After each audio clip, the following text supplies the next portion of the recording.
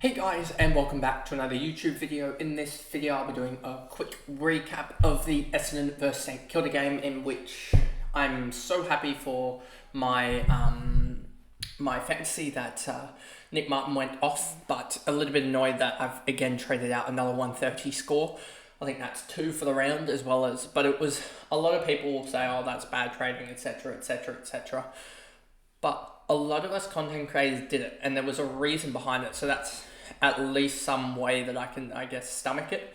But yeah, Nick Martin went off, and he was not really that damaging though. It was more of the, it was more almost Dyson Heppel that was the damaging one, and then also I thought Andy McGrath was a lot more damaging, and then obviously Riley Bonner did 127 in fantasy and 106 in Supercoach or whatever, but he had 17 turnovers, 11 ineffective disposals.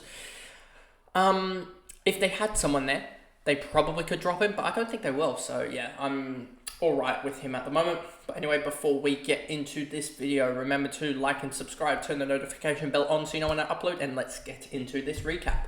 So Nick Martin 145, and he went off 41, 54, 36, 14. Yep, super happy to have him in the side, and yeah, another 140 score. And that's basically how I propped up my side this week, even with the Jack Billings, which we'll get to in the next video, Darcy Wilson, which we can end off this video with, as well as Blake Howes as well. I'm still somehow in a good position, and if my last sort of 6 guys all do really, really well, I'll have lucked out that I'll have the really top line scores, but I'll also have I'll also have done really, really well just because I have all those top line scores. But yeah, Nick Martin 145 is 33% owned. So if you don't have him, you're struggling now because he's averaging like 113. He's now going to be, if we look here, and you can sort of see what I mean, 126, 179. A 79 here for Butters sucked, which we'll get to, but a 124, 145, and the Gorn take score. But as you can see here with Nick Martin, he is going to rise, I would suspect now, to 830k and have like 30 or 40 break even, and that 30 to 40 break even is really going to see that the price rise heavily, and he's going to be a top 6 defender. It's as easy as that. Even if he went something like 100 in the game here, he would have still been averaging close to 100, which is top 6 defender line worthy. So yeah, really, really happy about that, and yeah, he's going to be top 6. Heppel 127 did a lot of work, especially in the last quarter. He's not going to do this regularly, so no fancy relevance, to be honest with you. Andy McGrath is doing this pretty consistently now. What's he averaging now? So we were just a season early on McGrath, which sort of sucks. He's averaging 101. He's gone 109, 80, 116. It seems like he's very, very... It flips on the... It changes each week whether he's going to go 100 or 80. I'm not going to buy in on him just because another 80 and he's back to averaging like a 90. So I'm not going to buy in on Andy McGrath just yet. Zach Merritt 110. He's getting a little bit cheaper now. But yeah, 110 from him. He's going to be he's averaging like 120 or so. So yeah, he's been really good. Mason Redman 109, he was pretty good, but then yeah, I don't think he had the best efficiency to be honest with you, so I don't know if he will, I don't know whether they'll use the ball through him still or whether it'll be just through Martin even more, because Martin, I mean, he collected 44 disposals, but yeah, it was a weird game in which he wasn't really damaging, so yeah, it'll be a weird watch to see with to see who they go through in the next week. But yeah, 84% disposal efficiency for Mason Redman, so it wasn't too bad. 5 turnovers, and does it show clangers or anything? So yeah, he wasn't actually too bad now looking at it, but yeah, anyway. Moving on to Darcy Parish, 104 in his return, so he was alright. I wouldn't be surprised if he starts to pick it up once he gets into the rhythm. A lot of his score actually came in red time, which is actually a good sign considering his first game. What's that? 6, 7, 10, 16, 19, 21, 28, 30, 32, 36, 40 points of his 104 in red time.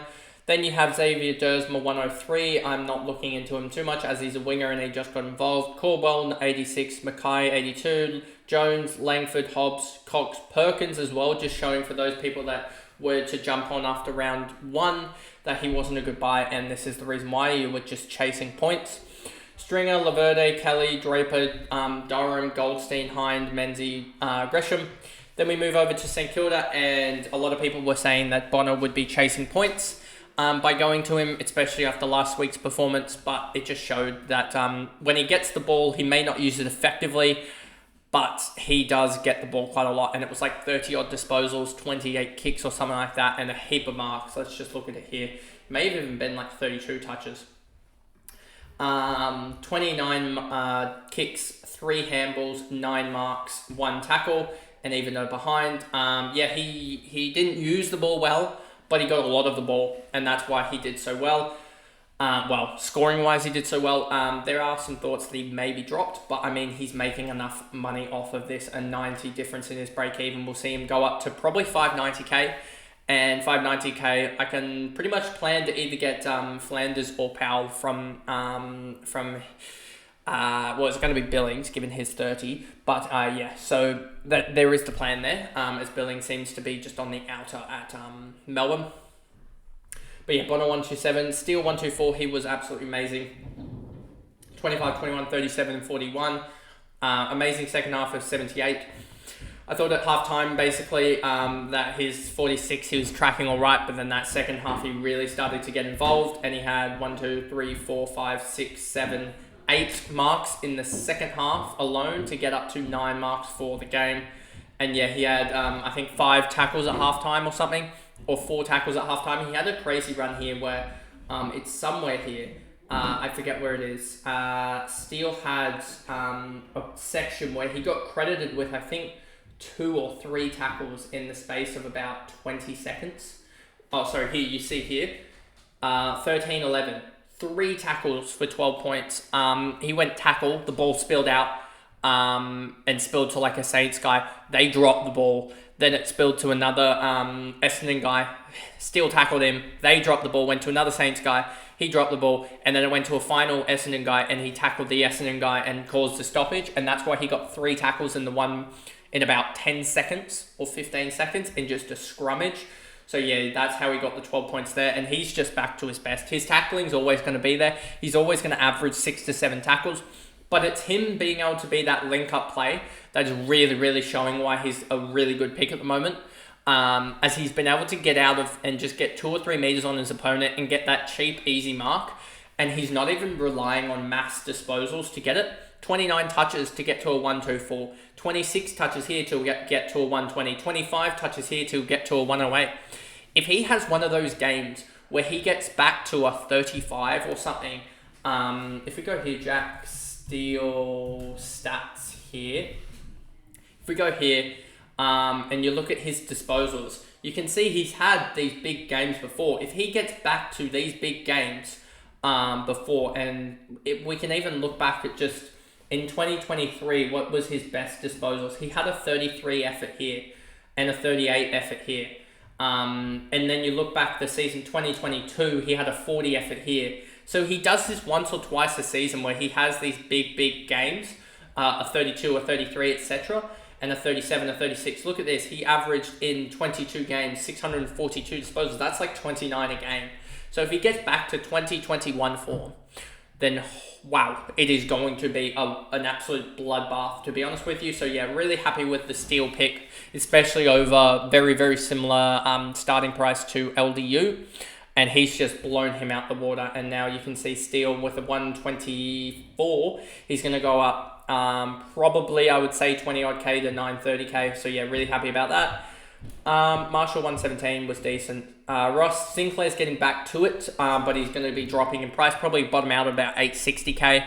Higgins, Hill, Higgins, Battle, Philippou, Wanganeen, Malira, sucks for fantasy people that probably selected him. I got him in Supercoach, and he did pull out only a 90, which wasn't the best, but wasn't the worst. But yeah, only, 15 touches, 16 touches. So yeah, I'm not too worried because Wanganeen, Malira will get more of the ball. Especially with if they actually kick it to him rather than using Bonner. or Bonner's more effective. Wilkie, Burns, Windhager, that was a failed pick for those people that wanted to select him, as he seems like he's more of a defensive winger that isn't really getting the ball, or very, very handball happy. And then no one else here really to report on, except for Wilson at 35, and just showing that wingers can really do nothing. Nothing in the last quarter, really needed a 15 or a 20 out of him in the last. But I didn't think that worse was to come in the second game of the evening on Saturday with some of the scores. But anyway, that is the video there of Essendon versus St Kilda, and I will see you guys in the next one, which will be the Port Adelaide Melbourne game. So I'll see you guys in that video. Bye guys.